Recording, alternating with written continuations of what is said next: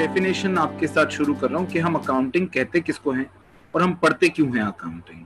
Alright, देखिए एक example लेता हूं इसको समझाने के लिए। Let's say there was a man, एक आदमी था जिसका नाम था लेट्स से रतनलाल। रतनलाल जो है एक बिजनेस करता था, छोटा मोटा, बेचारा रेडी से चलाता था, उस पे कुछ सामान बेचता था। इसके कुछ कस्टमर भी थे, जैसे गलियों में हमारे यहाँ बेचने आते हैं बेटा, आते हैं ना, कुछ कोई चाट बेच रहा है, कोई आइसक्रीम बेच रहा है, कोई सब्जी बेच रहा है। तो इसकी ऑन एन एवरेज 500 रुपए की पर डे की सेल थी। कितने की सेल थी? 500 रुपीज पर डे।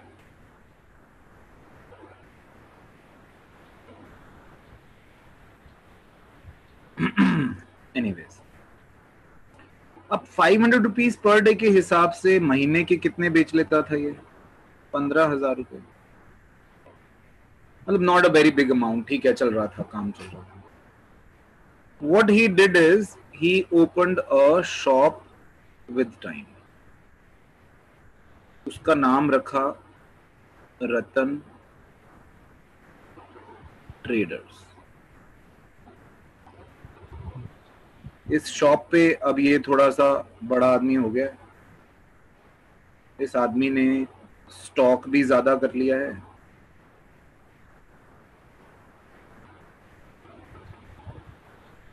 स्टॉक ज्यादा हो गया है, लोग ज्यादा हैं इसके पास, अब एम्प्लॉइज भी हैं, इसके कस्टमर्स भी हैं, ज्यादा हो गए कस्टमर्स भी। खराब है, नहीं चल रहा, कोई बात नहीं बिक। तो अब ये इनको जो है सामान बेचता है।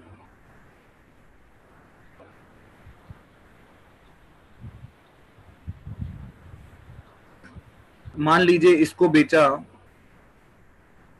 73,539 का, इसको बेचा 1,05,730 का,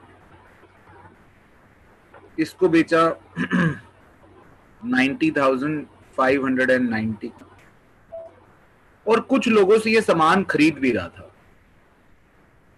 इनको उधार बेच रहा था और कुछ लोगों से उधार खरीद भी रहा था।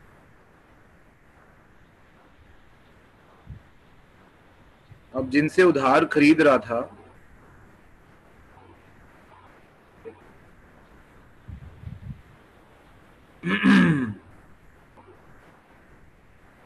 उनसे कितना कितना उधार खरीद रहा था?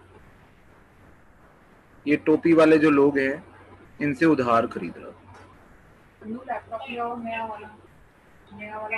1,79,500 का इससे सामान खरीदा, इससे 2,05,600 का सामान खरीदा। अब मुझे शिवम आप ये बताओ कि क्या आप ये सारी फिगर्स ध्यान रख सकते हो, अपने पास याद रख सकते हो, किसको कितना बेचा है, किससे कितना खरीदा है? क्या आप ये याद रख सकते हो? हाँ, नो सर। यस या नो?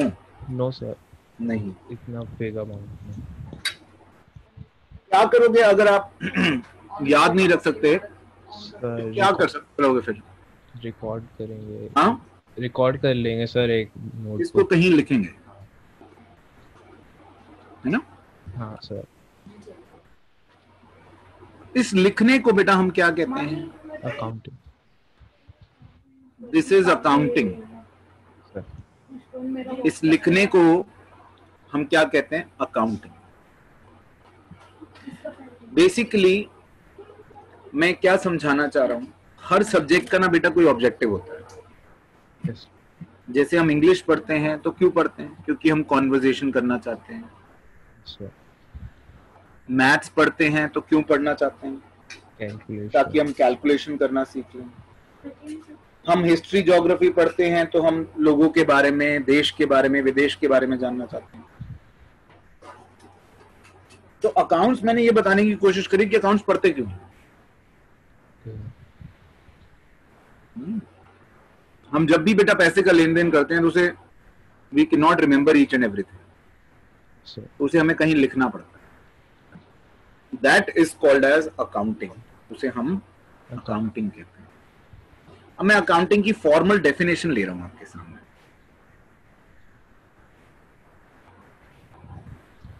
जैसे हाँ, it is a process of identifying,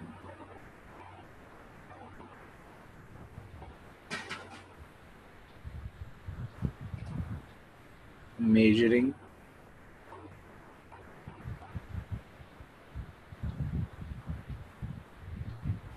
recording, classifying, मेरा वो डाल दिया आपने, ज्वाइन करो, classifying 11th accounts, हाँ नीचे 11th, classifying, summarizing,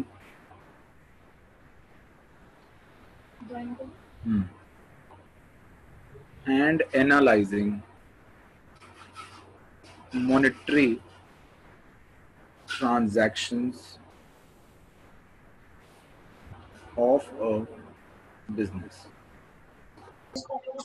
इसके लिए बेसिकली मैं एक एग्जांपल और ले रहा हूं। हमारा जो रतन लाल है गोज टू शॉप, दुकान पे गया और उसने ये 5 काम किए।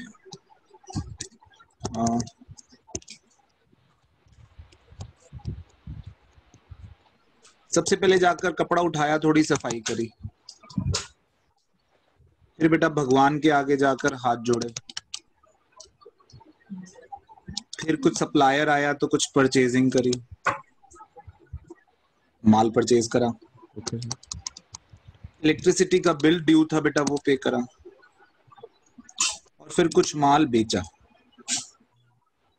मेरे को शिवम एक काम कर दे बेटा, तेरे को जहां जहां लगता है कि जिसमें पैसा इन्वॉल्व है उन ट्रांजैक्शंस पे मुझे टिक लगवा दे।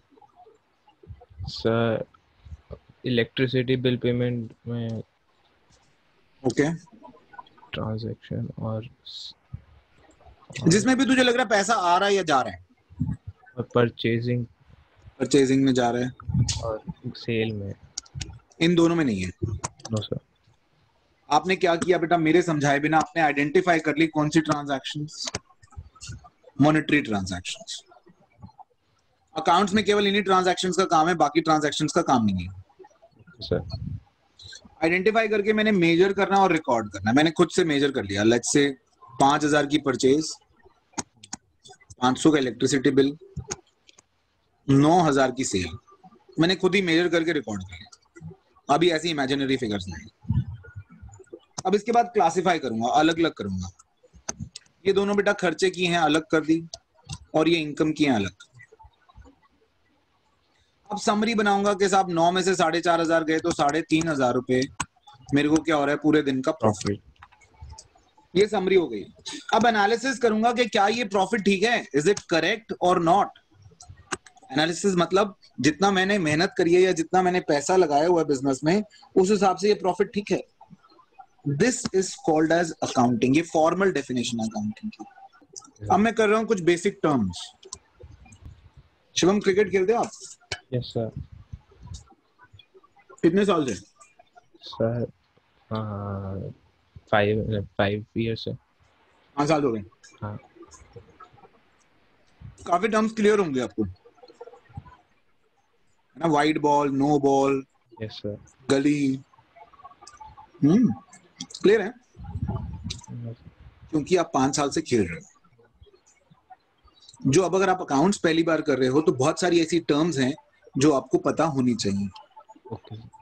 उसमें से पहली टर्म है बेटा assets. anything that can be seen or not, that can be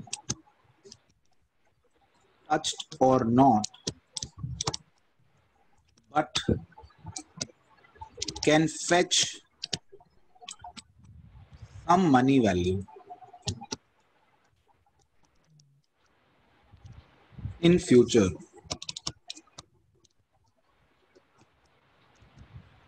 is known as asset.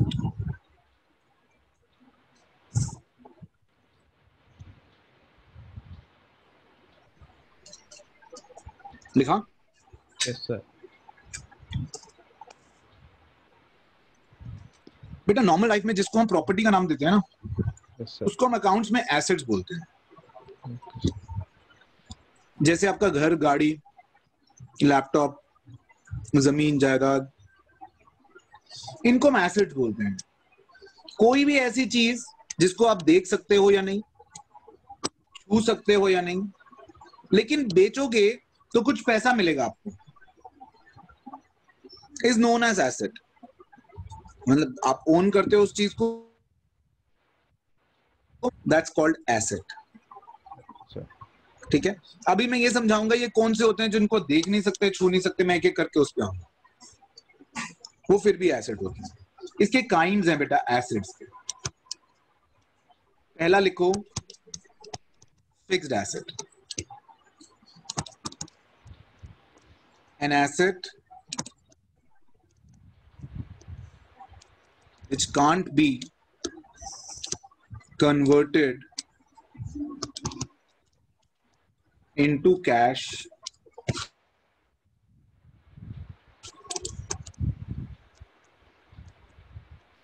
short period of time and remain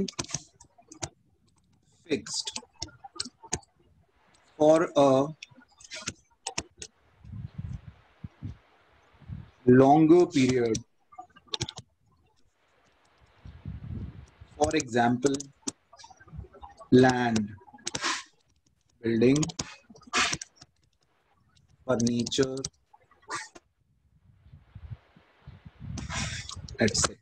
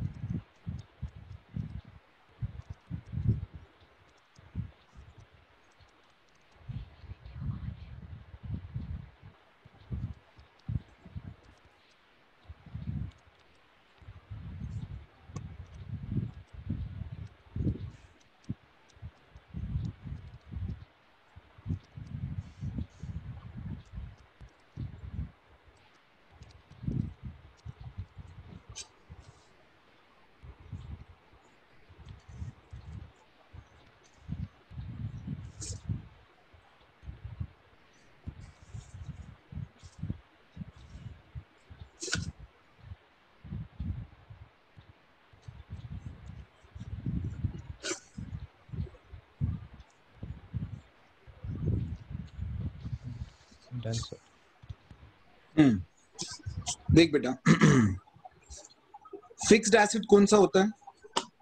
एक ऐसा एसेट, एक ऐसी प्रॉपर्टी जिसको आप जल्दी जल्दी कैश में नहीं बदल सकते, जिसको कैश में बदलने में आपको टाइम लगेगा. It takes longer period.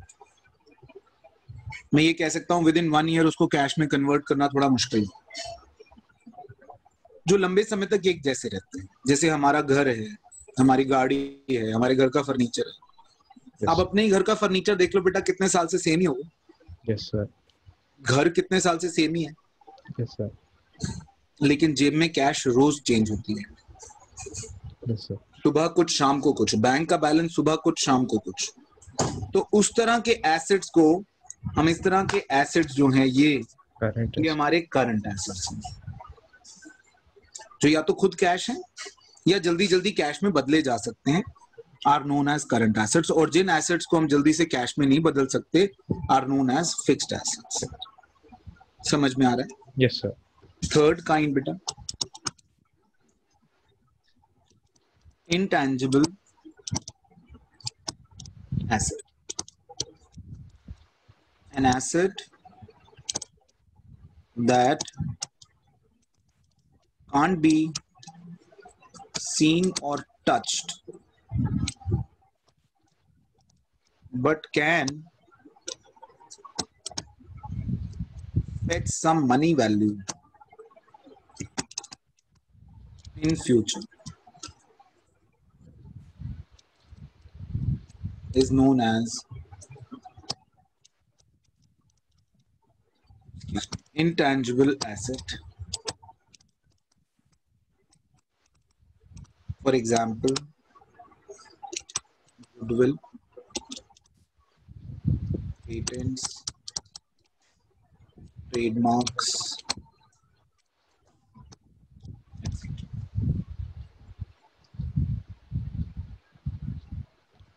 Yes done sir. Shivam father क्या करते हैं? जॉब, हाँ आईटी सेक्टर में जॉब सर। जॉब करते हैं। Yes sir. अच्छा, मैं बिजनेस की किसी की बात करता हूँ। लेट्स से आप मिठाई, आप हल्दीराम की मिठाई जानते हैं बेटा? Yes sir. अब हम मिठाई सबकी खा सकते हैं, लेकिन हल्दीराम बीकानेर का नाम है। Yes sir. उस नाम को हम कहते हैं बेटा goodwill, that is called as goodwill, name and fame in the market. ये नाम भी बिक जाता है। हल्दीराम सिर्फ अपना नाम भी बेचना चाहे तो बिक जाएगा। ना आप उसको देख सकते हो ना छू सकते हो, मगर फिर भी करोड़ों रुपए का नाम बिक जाएगा सिर्फ। सर एग्जाम्पल ले लो, आपको हल्दीराम की फ्रेंचाइजी चाहिए, आपको मैकडॉनल्ड्स की फ्रेंचाइजी चाहिए। मैकडॉनल्ड्स सिर्फ अपना नाम दे रहा है, जगह आपकी, फर्नीचर आपका, सैलरियां आपने देनी है, इलेक्ट्रिसिटी के बिल आपने देने हैं, वो सिर्फ आपको मैकडॉनल्ड बाहर लिखने देगा। पैसे ले रहा है उसके आपसे, गुडविल के पैसे ले रहा है। Intangible asset. ट्रेडमार्क होता है, जैसे आपको ये ट्रेडमार्क मालूम होगा किसका है? मर्सिडीज। अगर ये कंपनी किसी दूसरी कंपनी को कहे कि मेरा नाम सिर्फ यूज कर लो, ये सिर्फ ट्रेडमार्क यूज कर लो, कितने करोड़ों रुपए लेगी? लेगी ना? Yes sir. तो that is trademark and that is also, कना ये दरवाजा खोल, that is also intangible asset. इसको भी हम क्या कहते हैं? इनटैंजिबल, जिनको हम देख नहीं सकते, छू नहीं सकते, लेकिन फिर भी पैसा इससे रिकवर हो जाएगा। तो मैंने बेटा अभी तक 3 तरह के एसेट लिए, फिक्स्ड, करंट और इंटेंजिबल। चौथी तरह का asset wasting asset, a natural asset whose value is decreasing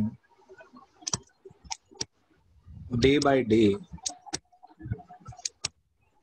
due to extractions is known as wasting asset. For example, gold mine, coal mine, etc.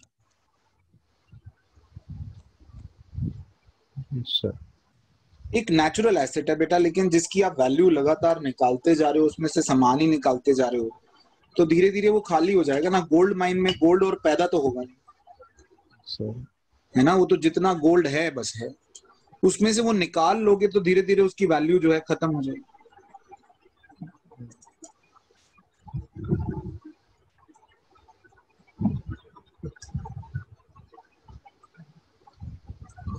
Gold mine मतलब समझते हो ना बेटा? Yes sir. बस, तो इस तरह के एसेट वेस्टिंग एसेट्स कहलाते हैं। देन आ गए अब हम बेटा सेकंड मेन टर्म पे। एसेट के मैंने 4 कैटेगरीज बताए, एक दो और भी हैं, लेकिन वो बाद में हम डिस्कस करेंगे लेवल वाइज। अब अगली टर्म है बेटा मेरे पास capital. an amount invested into the business out of his own resources is known as capital.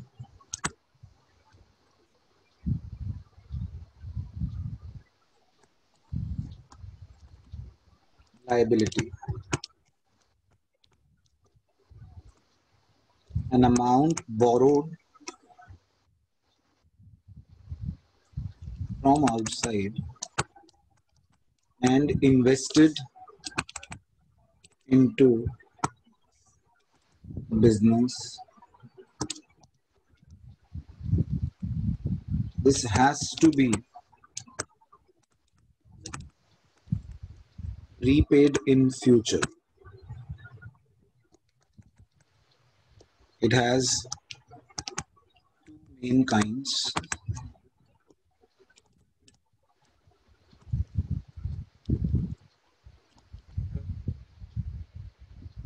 Current liability,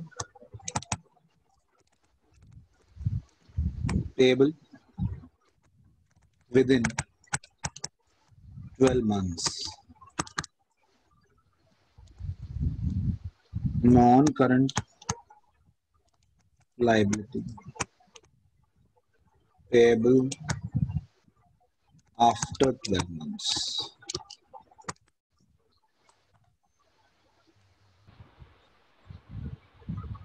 तो बेसिकली जो पैसा आपने अपना बिजनेस में लगाया उसे कैपिटल कहते हैं बेटा, और जो पैसा उधार लेकर बिजनेस में लगाया उसे क्या कहते हैं? लायबिलिटी।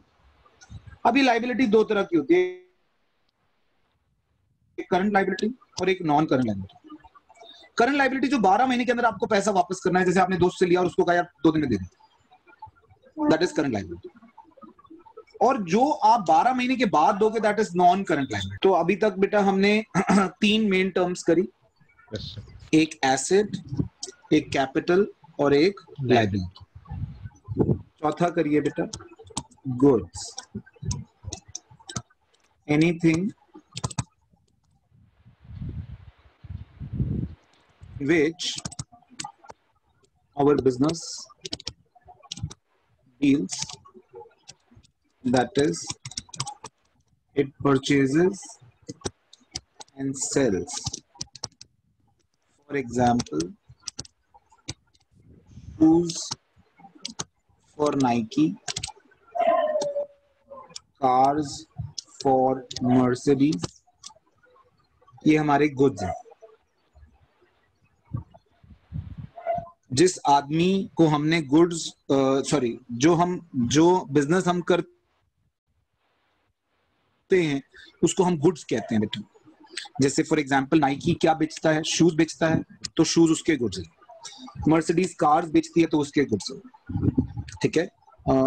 सैमसंग इलेक्ट्रॉनिक्स चीजें बेचता है तो उसके गुड्स हैं। एचपी लैपटॉप्स कंप्यूटर्स बेचता है तो उसके गुड्स हैं, है ना। जिसको हम हिंदी में कहते हैं माल बेचना, माल खरीदना, तो उसको हम यहाँ पे गुड्स कहते हैं। Debtor, a person or a firm or an institution to whom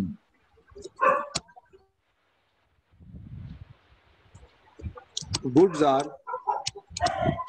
sold on credit, जिनको हमने अपने गुड्स उधार बेचे हैं, are known as debtors। उनको हम क्या कहते हैं? डेटर्स।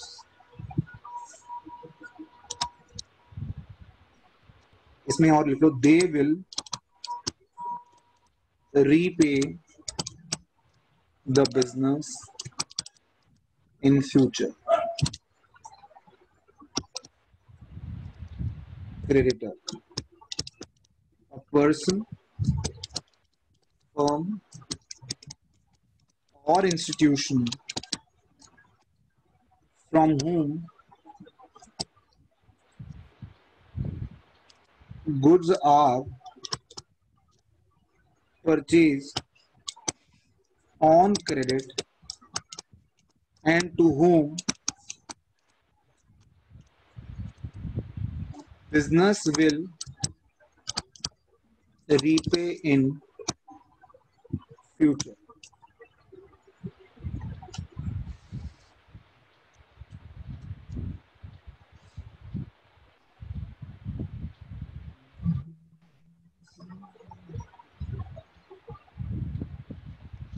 Done. बेटा डेटर कौन है? जो आदमी को हमने अपने गुड्स उधार बेचे हैं ना, उसको हम डेटर कहते हैं। जिसको हमने उधार बेचे और कल को वो हमें पैसे देगा इज नोन एज डेटर। और जिससे हमने उधार खरीदे हैं इज नोन एज क्रेडिटर। अगर मैं वो शॉप वाला एग्जांपल बताऊं तो यहाँ पर ये जो लोग थे ना, ये इनको ये आदमी माल बेच रहा था, ये कौन है? डेटर्स। ये डेटर्स।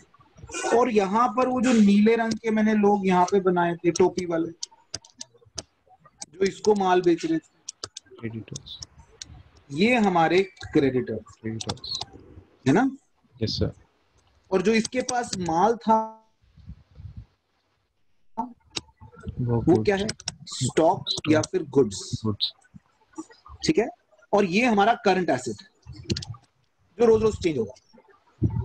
और ये जो उसकी शॉप है, ये शॉप हमारी फिक्स्ड एसेट है जो लंबे समय तक चेंज नहीं है।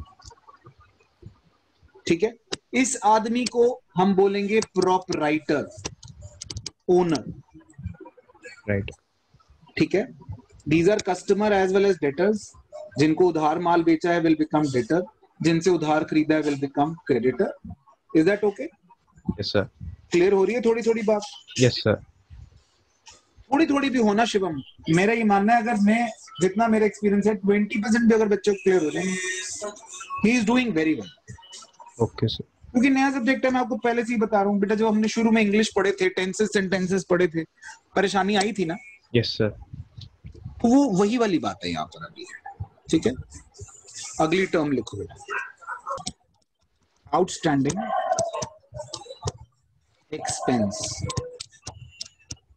An expense that has been incurred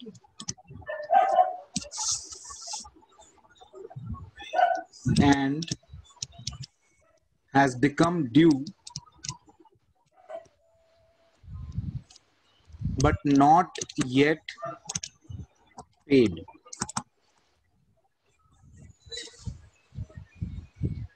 प्रथम good morning. Good afternoon sir. अब नेट ठीक है? यस सर, अब बेटर है काफी। चलो, अब ये 7वां टर्म बेटा, उस दिन आपने 6 कर लिए थे, 7वां टर्म आप Yes, शुरू sir. करेंगे इनके साथ, शिवम के साथ। For example,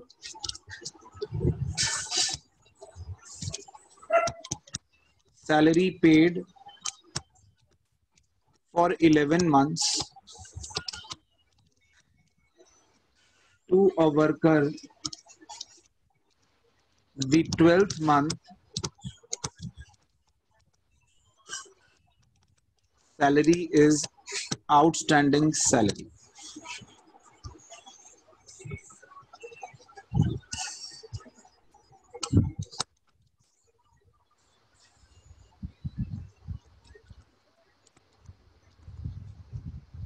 Paid expense.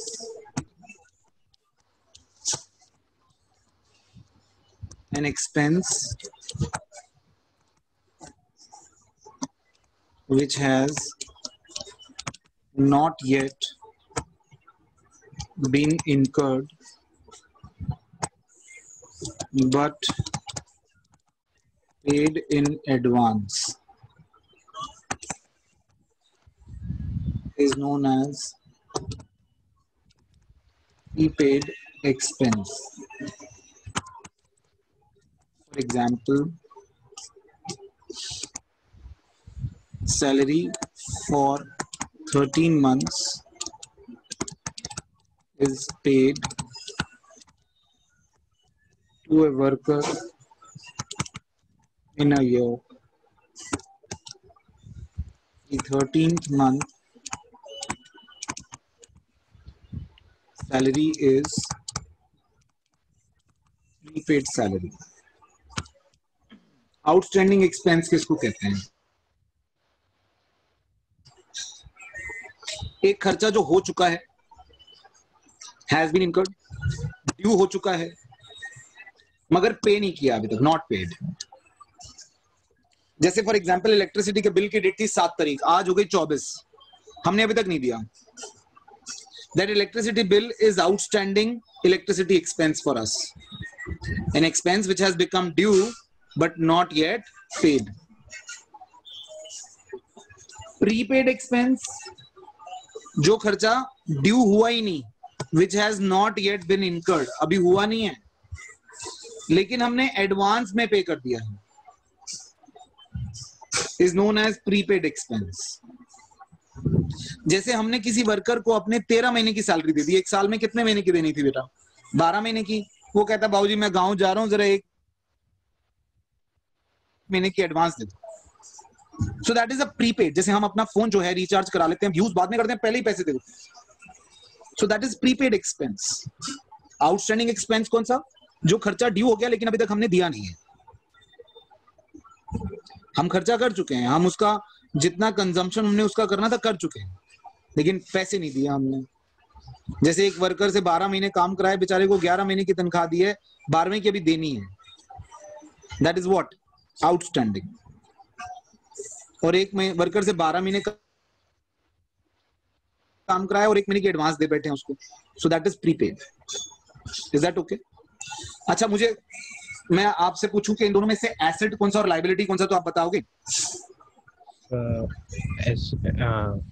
Prepaid वाला एसेट और लायबिलिटी आउटस्टैंडिंग। प्रीपेड वाला एसेट और ये liability. Pratham, you have something else to say? No sir. ठीक है, करेक्ट, बिल्कुल ठीक है।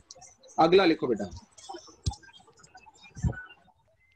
9th टर्म, 9th हो जाएगी ना? हाँ।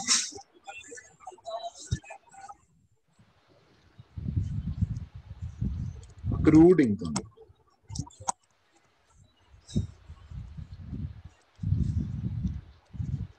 An income that has become due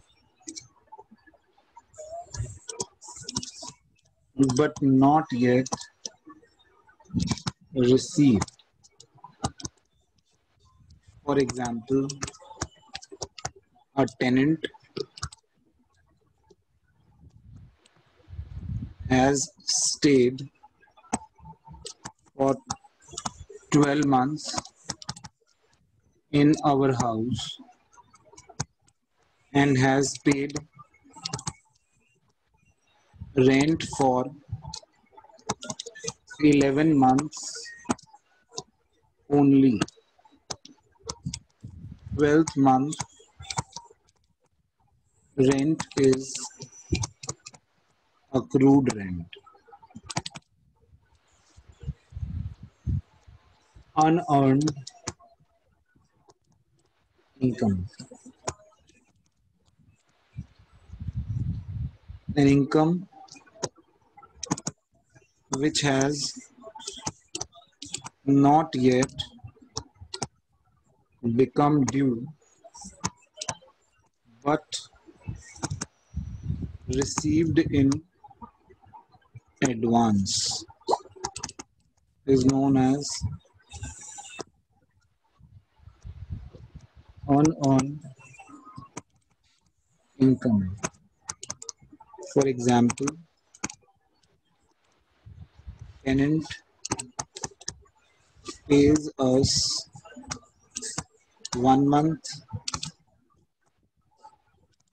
rent in advance.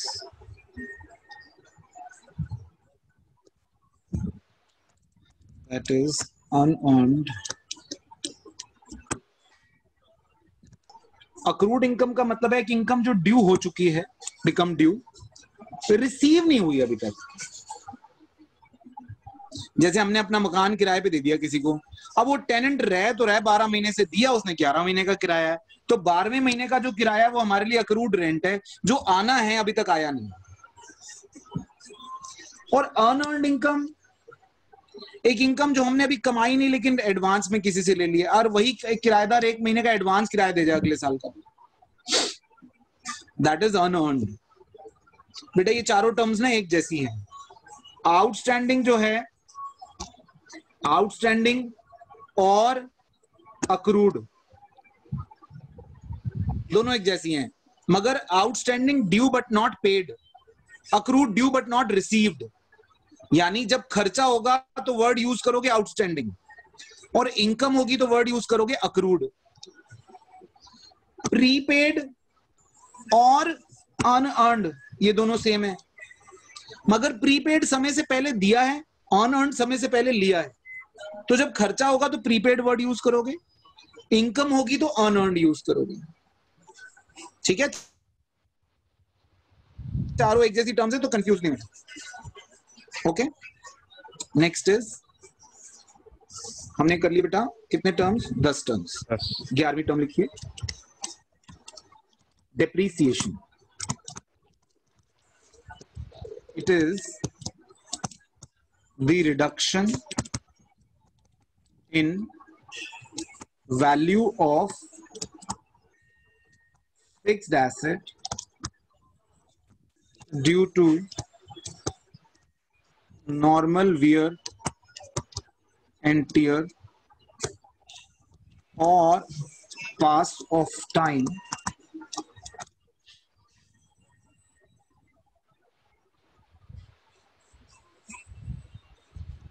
it is a kind of non-cash expense for business.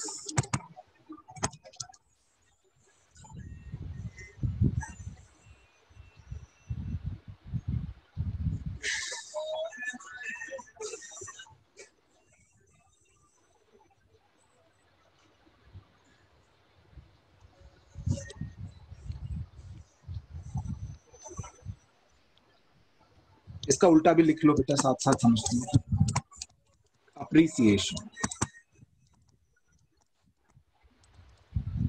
it is the increase in value of the asset over a period of time. Normally happens with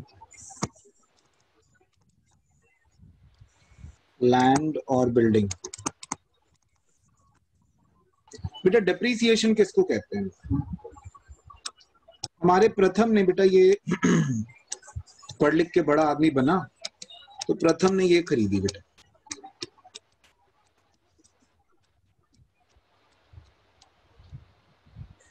प्रथम किसका ध्यान है बेटे?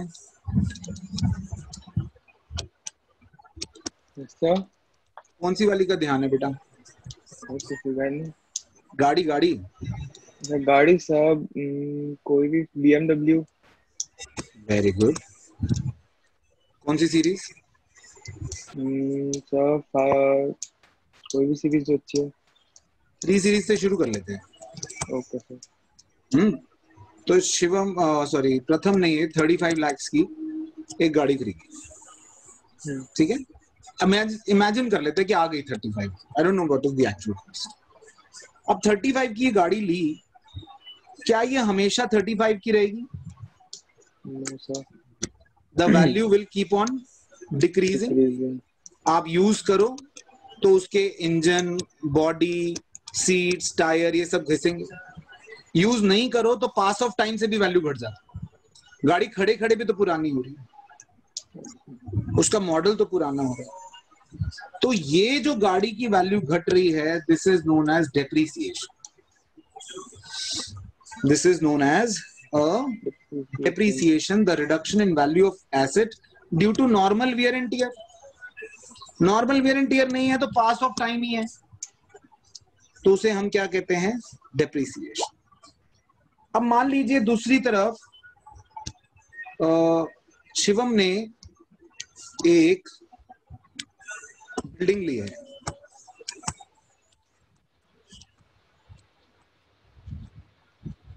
Building ली है शिवम ने। अब ये building ली थी किसी टाइम पे, लेट्स से 20 lakhs की। अब लेकिन बिल्डिंग के केस में, प्रॉपर्टी के केस में, खासतौर पे दिल्ली में क्या होता है कि वैल्यू ऊपर जाती है। अब ये बिल्डिंग जो है ये 20 लाख रुपए से हो गई आज 35 lakhs की। ये जो बढ़ती हुई वैल्यू, इसको क्या कहते हैं? Depreciation, right? Depreciation is a kind of non cash expense, it is a kind of non cash income. क्योंकि इसके केस में, कार के केस में, पैसे आपने किसी को दिए नहीं, बस वैल्यू घट गई। एक तो होता है बेटा खर्चा करना, क्या बिजली का बिल दिया, पेट्रोल का पैसा दिया, रिपेयर का पैसा दिया, लेकिन डेप्रिसिएशन में आपने पैसा नहीं दिया किसी को, सो वैल्यू घट गई बस। सो that's a non cash expense. और बिल्डिंग के केस में, अप्रिसिएशन के केस में उसकी वैल्यू बढ़ गई तो किसी ने आपको पैसा नहीं दिया, बस वैल्यू बढ़ गई। So that's a non cash income. Is that okay? आ रही है?